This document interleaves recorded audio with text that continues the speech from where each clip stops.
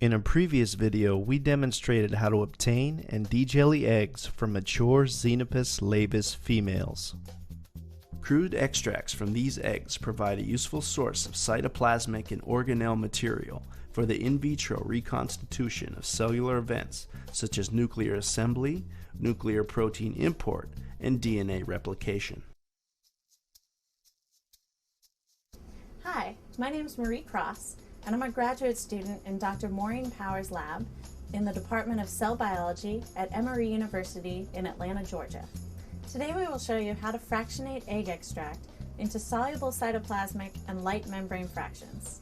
This procedure involves the following steps: lysing the eggs, collecting the crude extracts, fractionating crude egg extracts and collecting cytoplasmic extract, and collecting the light membrane fraction of the egg extract. So let's get started. Let's begin by lysing eggs and collecting crude extracts.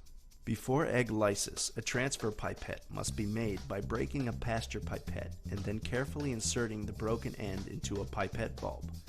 Transfer the eggs into a 15 ml polypropylene tube.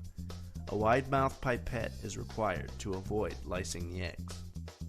Next, centrifuge the eggs for 30 seconds in a clinical centrifuge at 400 times G. Remove egg buffer from the top of the packed eggs by aspiration. Note the volume of the packed eggs. Based on this volume, add a solution of A-protein and lupeptin